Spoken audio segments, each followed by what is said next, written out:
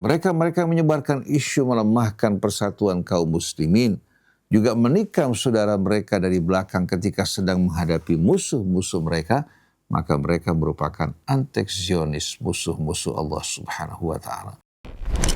Departemen Agama tidak dapat sama sekali kita katakan secara mutlak sebagai ulul amri. Perdagangan emas secara online yang tidak ada barangnya sama sekali, ini sebetulnya bahagian dari penipuan yang dilarang oleh Allah Subhanahu wa Ta'ala. Inna hadhihi ummatukum ummatan wahidatan wa ana rabbukum fa'budun. وما أرسلناك إلا رحمة للعالمين.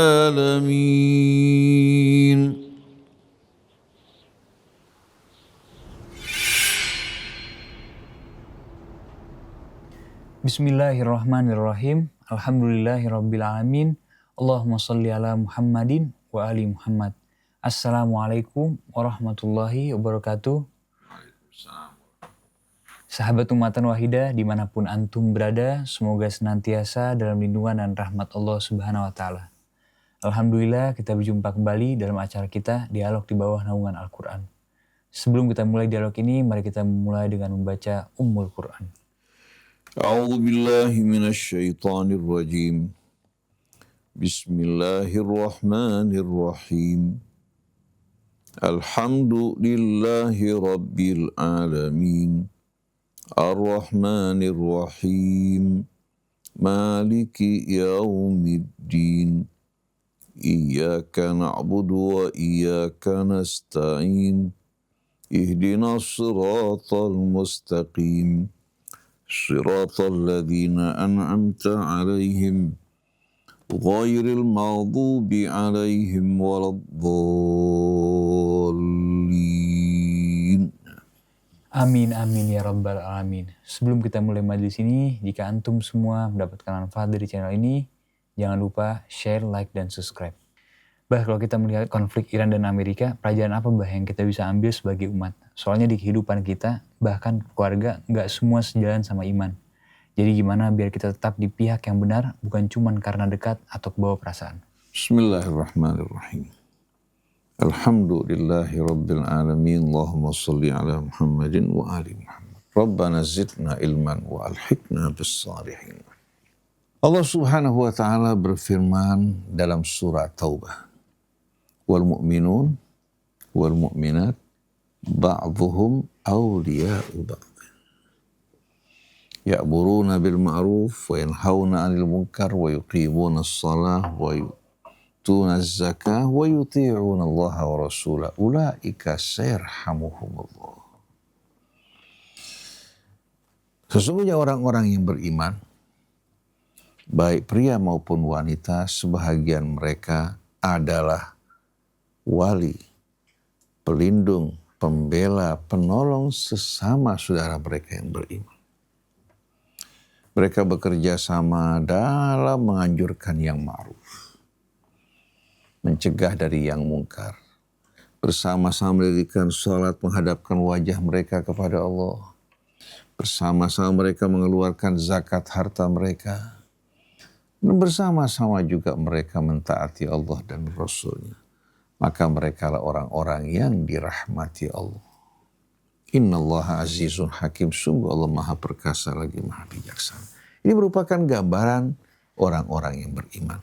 Tanpa melihat mazhab mereka, suku mereka maupun bangsa mereka.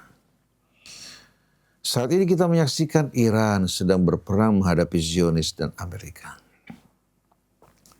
Iran merupakan bangsa yang telah lama mereka beriman kepada Allah. Dari bangsa Iran atau bangsa Persia lahir ulama-ulama yang berkontribusi dalam perjuangan Islam. Bahkan para pengumpul hadis kebanyakan berasal dari mereka. Demikian pula para ilmuwan. Dan di antara mereka sosok yang cukup terkenal yaitu Abu Hamid Al-Ghazali juga berasal dari Persia. Tak dapat sama sekali kita dengan tanpa bertanggung jawab melontarkan fitnah-fitnah yang keji mengatakan Iran atau Persia sebagai bangsa majus. Ini merupakan fitnah yang keji, apalagi dari mereka terdapat sosok yang terkenal. Itu Salman Al-Farisi yang diangkat oleh Rasul sebagai salah satu ahlu bait keluarganya. Padahal bukan berasal dari nasab yang sama. Tapi Allah muliakan dirinya sebagai keluarga Rasul karena mencintai Allah Subhanahu wa ta'ala dan Rasulnya. Maka antara kita dan Iran terdapat ikatan keimanan. Di saat kita menyaksikan Iran diperangi, dianiaya, dizalimi oleh Zionis Israel, maka dengan tegas kita wajib menunjukkan sikap kita. Memberikan dukungan baik lahir maupun batin kepada saudara kita di Iran. Dan Allah ingatkan kita semua, kalau kita tidak melakukan hal ini, akan terjadi fitnah kerusakan di tengah-tengah kita semuanya. Sebagaimana penutup dari suratul Anfal, Allah berfirman, وَالَّذِينَ كَفَرُوا بَعْضُهُمْ أَوْلِيَاءُ بَعْضٍ. Orang-orang yang kafir satu sama lain, apapun agama mereka. Mereka disatukan dalam kekafiran, sebagian mereka menjadi wali-wali pelindung penolong sebahagian yang lain. Illa taf'aluh, kalau kalian tidak melakukan hal yang sama, bekerja sama, bantu-membantu, saling menolong dan melindungi, takun fitnatun fil ardi wa fasadun kabir, akan terjadi fitnah di atas muka bumi dan kerusakan yang amat dahsyat. Maka dari ayat ini, dalam surat Taubah maupun dalam suratul Anfal, mengharuskan orang-orang yang beriman bersatu, berpegang kepada kalimat Allah. Dan tali Allah bukan berpegang kepada tali madhab yang rapuh. Bukan juga di tengah-tengah tuntutan untuk bersatu, kita gembar-gembor menyebarkan fitnah, isu-isu yang tidak memiliki dasar. Maka mereka menyebarkan isu melemahkan persatuan kaum muslimin, juga menikam saudara mereka dari belakang ketika sedang menghadapi musuh-musuh mereka, maka mereka merupakan antek-Zionis, musuh-musuh Allah Subhanahu wa ta'ala. Jangan tertipu oleh penampilan mereka. Dengan jubah mereka, dengan jidat mereka yang hitam, dengan jenggot mereka yang panjang. Ketahuilah orang-orang Yahudi juga berpenampilan dengan penampilan yang sama. Tapi yang harus kita lihat, kepada siapa mereka berpihak. Yang berpihak kepada orang yang beriman, maka mereka lah orang yang beriman. Adapun yang berpihak kepada musuh-musuh Allah, maka mereka walaupun seiman atau seagama dengan kita, maka mereka adalah musuh-musuh Allah Subhanahu wa ta'ala. Wallahu a'lam. Bah, menjelang Hari Raya Idul Fitri kemarin, Wakil Ketua MUI kembali menegaskan bahwa hanya pemerintah yang berhak mengumumkan awal dan akhir Lebaran. Selain itu, haram bagi yang lain. Bagaimana pandangan Babah terhadap pernyataan ini? Bismillahirrahmanirrahim. Alhamdulillahi Rabbil Alamin. Allahumma salli wa sallim wa barik ala abdika wa rasulika Sayyidina Muhammadin wa alihi wa sahbihi wa sallim. Rabbana zidna ilman wa alhiqna bis salihin. Amma ba'du. Allah Subhanahu wa ta'ala berfirman dalam suratun Nisa. Ya ayyuhalladzina amanu ati'allaha wa ati'ur rasul wa ulil amri minkum. Wahai orang-orang yang beriman, taatilah Allah dan taatilah Rasul. Wa ulil amri minkum, demikian pula para ulul amri dari kalian. Kita lihat, pada saat Allah memerintahkan kita untuk mentaati ulul amri, tidak mengulangi kata kerja ati'u. Sebagaimana Allah mengulangi kata kerja ini pada saat kita diperintahkan untuk mentaati Rasul. Karena apa yang datang dari Rasul? Apa yang datang dari Rasul secara pasti, secara benar, kita wajib untuk mentaatinya. Dan tidak memilih pilihan yang lain. Ingat, apa saja yang betul-betul datang dari Rasul Shallallahu Alaihi Wasallam dan tidak terdapat perbedaan dalam hal tersebut, maka wajib untuk kita taati sebagaimana kita mentaati Allah. Tapi berkaitan dengan ulul amri, Allah Subhanahu wa Ta'ala ketika memerintahkan kita untuk mentaati mereka tidak mengulangi kata kerjanya, karena ketaatan kita kepada ulul amri bergantung kepada ketaatan mereka kepada Allah dan Rasul-Nya. Dan ulul amri di sini harus berasal dari kalangan orang yang seiman dengan kita. Oleh karena itu ada tambahan minkum. Artinya dari orang-orang yang seiman dengan kalian. Fa in tanaza'tum fi syai'in, kalau terjadi pertentangan di antara kalian, maka jalannya farudduhu ilallahi war rasul in kuntum tu'minuna billahi wal yaumil akhir. Kembalikan pertentangan tersebut ya kepada Allah melalui kitabnya, war rasul, begitu pula rasulnya dari apa-apa yang dicontohkan oleh rasul, kalau kalian beriman kepada Allah dan hari akhir. Dzalika khairun wa ahsanu ta'wila. Itu akan lebih baik ya konsekuensinya bagi kalian, wa ahsanu ta'wila, dan juga akan membawa akibat yang lebih baik. Ini merupakan petunjuk dari Allah Subhanahu wa Ta'ala agar kita mentaati Allah, mentaati Rasul, kemudian ulul amri yang seiman dengan kita, yang melaksanakan tugas mereka untuk menyampaikan pesan Allah dan Rasul-Nya. Kalau ada perbedaan, kita kembalikan kepada Allah dan Rasul-Nya. Lalu kita bertanya, apakah departemen agama kita ini merupakan ulul amri? Dengan sendirinya, departemen agama tidak dapat sama sekali kita katakan secara mutlak sebagai ulul amri. Apa-apa yang mereka umumkan, yang mereka sampaikan, sejalan dengan petunjuk Allah Subhanahu wa Ta'ala dan Rasul-Nya, kita taati, kita patuhi karena ketaatan kita kepada Allah dan Rasul-Nya. Apa yang tidak sejalan dan sesuai dengan ketentuan Allah dan Rasul-Nya, kita tolak. Artinya Departemen Agama keputusannya tidak bersifat mulzim, mengharuskan kita untuk kita patuhi. Oleh karena itu apabila kebijakan Departemen Agama berbeda dengan apa? Dengan sebahagian kaum muslimin dalam ijtihad mereka, dalam merujuk kembali kepada kitab Allah dan Rasul-Nya, dengan sendirinya tidak dianggap yang berbeda ini sebagai orang yang melakukan pelanggaran dan larangan. Tapi kalau seandainya ada ulul amri yang betul-betul menjalankan perintah Allah, mentaati Allah dan Rasul-Nya dalam kehidupan mereka, menyampaikan pesan Allah tanpa memilah-milah, demikian pula menyampaikan contoh dan pesan Nabi kita Muhammad SAW dalam seluruh aspek kehidupan kita, maka apabila ada perbedaan di antara umat, apa yang diputuskan ulul amri yang betul-betul menjalankan perintah Allah bersifat mulzim, artinya wajib untuk kita taati. Dan kita tahu bahwa Indonesia bukan negara Islam. Ya. Kemudian Departemen Agama juga tidak mewakili ajaran Islam secara menyeluruh. Ya. Kalau seandainya benar, maka dengan sendirinya Departemen Agama bertanggung jawab untuk mengontrol, mengawasi pelaksanaan syariat Islam secara menyeluruh. Tapi kalau hanya berkaitan dengan menentukan saat Ramadan, menentukan saat hari raya, atau berkaitan dengan zakat dan haji, ini yang diurus Departemen Agama, dengan sendirinya mereka tidak mewakili ulul amri dalam mustalah syar'i yang sebenarnya.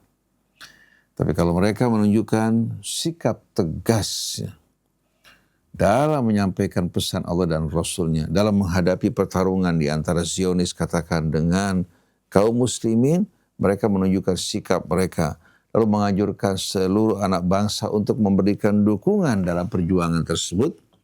Begitu pula dalam berbagai macam aspek kehidupan, baru mereka layak dikatakan sebagai ulul amri. Tapi yang berlaku saat ini, Departemen Agama, ya mereka terlibat dalam sebagian urusan. Itu berkaitan dengan memutuskan hari Ramadan atau awal Ramadan, hari raya, haji, zakat. Tapi dalam urusan yang lain mereka tidak terlibat. Oleh karena itu keputusan mereka tidak bersifat mulzim. Kalau seandainya dalam pertemuan Nahdlatul Ulama yang pertama maupun yang kedua mereka bersepakat mengumumkan bahwa yang berhak untuk memutuskan adalah pemerintah dan kebijakan mereka bersifat mulzim, maka dengan sendirinya kita mengabaikan ijtihad dari saudara-saudara kita dari kalangan Muhammadiyah. Begitu pula yang sejalan dengan mereka. Nah, bagaimana kalau seandainya Departemen Agama diwakili oleh Muhammadiyah? Lalu mereka mengeluarkan keputusan yang berbeda dengan kalangan Nahdlatul Ulama. Apakah Nahdlatul Ulama akan melakukan hal yang sama? Jadi hendaknya jangan persoalan ini dibesarkan, tapi mari bersatu dan saling mendoakan. Yang memulai katakan Ramadan pada hari Rabu, semoga Allah terima yang mulai Ramadan pada hari Kamis. Dan biar persoalan ini diputuskan oleh Allah di hari kemudian nanti sesuai dengan niat masing-masing. Jangan kita nodai ibadah kita di bulan Ramadan atau hari raya kita dengan pertentangan yang akan menimbulkan kebencian, permusuhan di antara kita. Wallahu a'lam. Bah, ada netizen nanya, Bah. Afwan izin bertanya, saya belum menemukan atau mungkin memang belum ada pembahasan terkait hal ini. Saat ini sedang marak transaksi jual beli emas secara digital.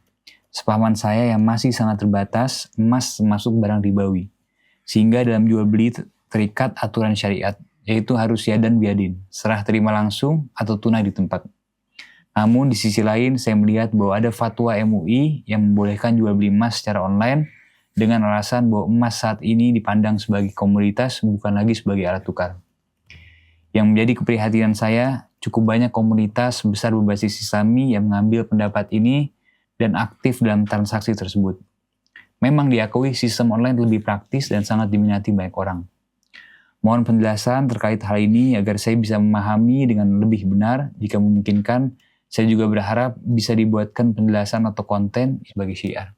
Alhamdulillahirabbil alamin. Allahumma shalli ala Muhammadin wa ali Muhammad. Semenjak dahulu kala, emas dijadikan sebagai standar. Gold standar. Dengan adanya emas sebagai standar, maka setiap negara tidak dapat mencetak uang mereka semau mereka. Hingga tahun 70-an, emas masih menjadi standar dalam mencetak uang. Tapi semenjak Amerika mengalami kekalahan dalam perang Vietnam, Amerika mulai melepaskan dolar dari emas. Maka mereka dapat mencetak dolar semau mereka. Dengan kekuatan militer mereka, dengan hegemoni mereka, mereka dapat memaksakan kehendak mereka.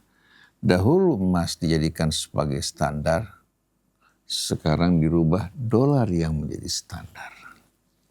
Padahal kita tahu, semenjak terpisahnya emas dengan dolar, maka dolar nilainya tidak lagi jelas. Sebagai contoh, kalau seandainya Indonesia katakan memiliki 1 ton emas atau komoditas yang dinilai dengan emas katakan sebanyak 1 ton, berarti Indonesia mempunyai cadangan sebanyak 2 ton, maka dia mencetak uang senilai cadangan devisa yang dimiliki. Senilai cadangan yang divisi. Tapi yang terjadi pada saat ini, seperti yang terjadi di Mesir dulu. Mesir mempergunakan mata uang yang bernama pon atau junai. Di saat Mesir mencetak uang, maka uang yang dicetak jumlahnya itu apa? Sama dengan cadangan emas yang ada. Oleh karena itu 1 pon, mata uang Mesir sama dengan 1 pon emas. Tapi lama-kelamaan Mesir meninggalkan standar tersebut. Mereka mencetak uang lebih banyak daripada standar yang mereka miliki, daripada cadangan emas yang mereka miliki. Akhirnya 1 pon mata uang Mesir nilainya betul-betul amat rendah. Hingga mungkin 10.000 pon Mesir tidak senilai dengan 1 pon emas. Kenapa? Karena mereka mulai mencetak uang mereka secara liar. Begitu pula Indonesia. Indonesia mencetak mata uang mereka dengan menjadikan dolar sebagai standar yang seharusnya menjadikan emas yang nilainya jelas sebagai standar. Akhirnya terjadi inflasi. Mata uang bisa saja uang di tangan kita bertambah tapi nilainya sedikit demi sedikit digerogoti. Dulu kita membeli tanah di daerah Cibubur hanya 150.000. Sekarang harga tanah bisa mencapai 6-7 juta. Ini bukan disebabkan karena harga tanah meningkat dan naik, tapi disebabkan mata uang kita yang runtuh nilainya. Jadi kembali kepada perdagangan emas secara online yang tidak ada barangnya sama sekali, ini sebetulnya bahagian dari penipuan yang dilarang oleh Allah Subhanahu wa Ta'ala.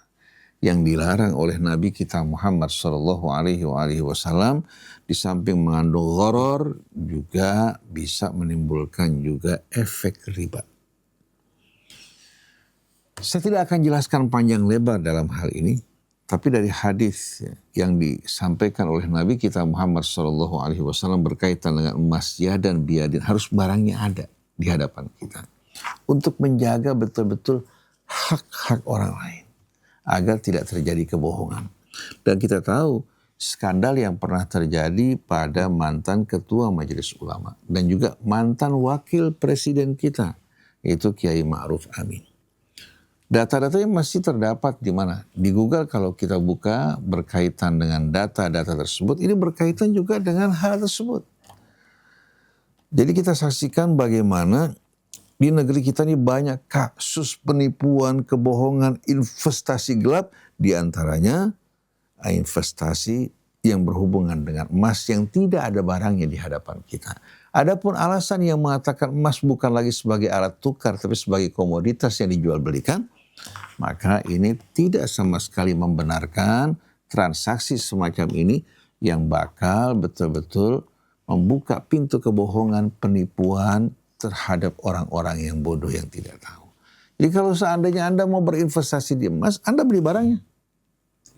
Anda beli barangnya, Anda simpan, baik simpan di tempat penyimpangan yang disediakan di bank-bank, atau Anda simpan di rumah Anda. Itu akan lebih menjamin daripada Anda membeli emas yang tidak jelas barangnya, walaupun dengan perantaraan online. Kalau seandainya tidak ada jaminan terhadap barang yang Anda beli, maka dengan mudah akan membuka betul-betul akan membuka pintu kebohongan dan penipuan yang seluas-luasnya. Jadi jangan sampai kita terpedaya oleh permainan-permainan yang pada saat dilakukan oleh kalangan-kalangan yang ingin betul-betul mencari keuntungan dengan merugikan saudara-saudara mereka. Sebagai contoh bursa saham. Perdagangan bursa sebagaimana yang kita saksikan kebanyakannya penuh dengan kebohongan dan penipuan. Hingga mengakibatkan kemarin para petinggi di OJK, begitu pula pemimpin bursa saham kita, mereka mengundurkan diri. Coba sebabnya apa?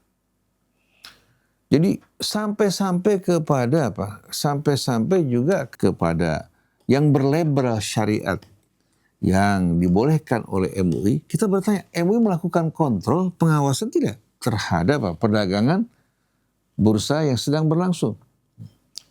Apakah saham yang dijual, yang namanya saham syariat, berada pada kontrol mereka, kendali mereka, hingga tidak terjadi kebohongan atau terjadi short buying dan short selling? Pembelian cepat, penjualan cepat bukan tujuannya untuk berinvestasi, tapi tujuannya untuk berjudi dan gambling. Kalau dia untung di atas kerugian orang lain. Di saat rugi menimbulkan penyesalan. Ini merupakan hal yang tidak dapat diterima dalam agama. Kesimpulannya, hendaknya kalau kita berinvestasi, kita membeli barang, hendaknya biar jelas barang tersebut merupakan barang yang hadir, yang ada, yang bisa kita lihat. Kalau tidak, jauhi potensi kebohongan semacam ini yang akan menimbulkan kerugian. Dan prinsip Islam, la tadlimun wa la tudlamun. Kalian dilarang menzalimi orang lain, kalian juga tidak sama sekali dibenarkan untuk membiarkan diri kalian teraniaya. Nah, investasi emas secara online ini merupakan investasi yang berpotensi untuk menzalimi orang lain atau membalimi diri kita. Ini merupakan hal yang tidak dibenarkan dalam agama. Jangan percaya kepada mereka-mereka yang berkedok investasi padahal tujuannya untuk menipu Anda dan merampas harta Anda secara tidak benar. Wallahu a'lam. Bang Ali sering memperhatikan fenomena di lapangan ketika pedagang kecil menawarkan dagangannya kepada orang-orang yang mampu, seringkali ditolak dengan alasan tidak butuh atau masih ada. Padahal jelas terlihat bahwa si pedagang sedang berusaha, dia sudah keluar modal, tenaga, dan waktu. Di sisi lain ketika yang datang adalah pengemis, justru mereka sering diberi, bahkan jumlahnya kadang tidak sedikit. Kalau kondisi seperti ini terus terjadi, bukankah bisa memunculkan pemikiran di kalangan pedagang-pedagang kecil, untuk apa capek-capek berdagang, harus modal, harus keliling, belum tentu laku. Kalau dengan mengemis justru peluang dapat uang lebih besar. Nah, bagaimana seharusnya ketika kita menyikapi fenomena ini agar tidak langsung mematikan semangat orang untuk berusaha, Pak? Bismillahirrahmanirrahim. Alhamdulillahirabbil alamin. Allahumma shalli ala Muhammadin wa ali Muhammad. Allahumma atina min indika rahmah wa 'allimna min ladunka ilman nafi'a wa anfa'na bima 'allamtana. Amma ba'du, ikhwan akhwat yang dirahmati Allah. Kita sering menyaksikan fenomena yang menunjukkan bahwa kita kaum muslimin tidak memiliki perasaan berjamaah dan rasa rahmat di antara kita atau mendukung hal-hal yang positif. Kita berbelanja di supermarket dengan harga yang telah dipatok. Kita tidak menawar, kita tidak banyak cincong, langsung kita ambil dan kita bayar barangnya. Contohnya kita membeli buah-buahan di supermarket. Lalu satu hari kita menjumpai pedagang yang berkeliling memikul barang dagangan mereka, buah-buahan yang mereka antarkan, seperti pepaya dan buah-buah lain. Begitu datang ke tempat kita, kita melihat dia butuh, kita tawar dengan semurah-murahnya. Bahkan terkadang jawaban kita menyakitkan. Saya beli sebetulnya nggak perlu, tapi karena ingin menolong Bapak. Saya terpaksa karena dia butuh. Kalau dia pulang dengan sia-sia, menjadi beban buat dia. Apalagi harus ada ongkos lagi untuk kembali ke kampungnya seperti yang datang dari Citayam, dari Depok. Kalau tidak laku mereka harus kembali, berarti harus membayar ongkos pulangnya, juga barang yang dibawa. Seharusnya kita sebagai orang yang beriman tolong menolong. Kita kalau menjumpai pedagang-pedagang yang berkeliling, yang bersusah payah, kalau kita membeli dengan harga yang pantas, apalagi menambahkan hadiah, insya Allah akan membuka pintu rezeki kita yang seluas-luasnya. Karena apa yang Allah akan lakukan terhadap kita tergantung sikap kita terhadap orang lain. Kalau kita berbuat ihsan pada manusia, Allah akan membalas kita dengan lebih baik. Perlakukan mereka pedagang-pedagang kecil yang berkeliling dengan sikap yang ramah, memberikan semangat dukungan. Sedangkan kalau ada orang yang meminta, mereka orang yang mampu bekerja, ingatkan padanya, coba kamu bawa barang-barang yang kamu jual, saya akan beli barang kamu. Jangan kita biasakan untuk terus memberikan bantuan. Kita berikan sekarang bantuan pertama kali, coba kamu dagang. Umpamanya dia mau berdagang kopi, berdagang ikan asin, atau berdagang apa saja yang mereka bisa pedagangkan yang halal dan thayyib. Nah, pada saat mereka membawa barang mereka, kita beli untuk memberikan semangat dorongan agar mereka mendapatkan keuntungan dari hasil usaha, bukan dari cara mengemis, berkeliling untuk mendapatkan keuntungan mudah tanpa perjuangan. Ini yang akan merusak kehidupan kita. Tapi hargai, hormati pedagang-pedagang yang berkeliling, yang berkeringat, bersusah payah untuk dapat menghidupkan keluarga mereka. Di saat kita membeli, jangan menawar dengan tawaran yang memberatkan, bahkan kalau perlu tambahkan. Saya terkenang kepada seorang kiai. Kiai di masa-masa lampau, ya bukan kiai-kiai pada masa kini. Tapi kiai-kiai di masa lampau itu kiai-kiai yang betul-betul peduli terhadap sesama saudaranya. Satu kali seorang kiai menjumpai seorang pedagang keliling melintas di hadapan teras rumahnya. Dia panggil, diajak minum kopi, kemudian makan bersama-sama. Setelah itu dia tanya, barang kamu ini semuanya berapa harganya? Disebutkan harganya, dia beli semua diborong sama diberikan hadiah. Lalu si pedagang bertanya, Pak Kiai memang butuh semuanya? Dia bilang, saya butuh sebagian lagi saya berikan hadiah untuk tetangga-tetangga dan saudara-saudara saya.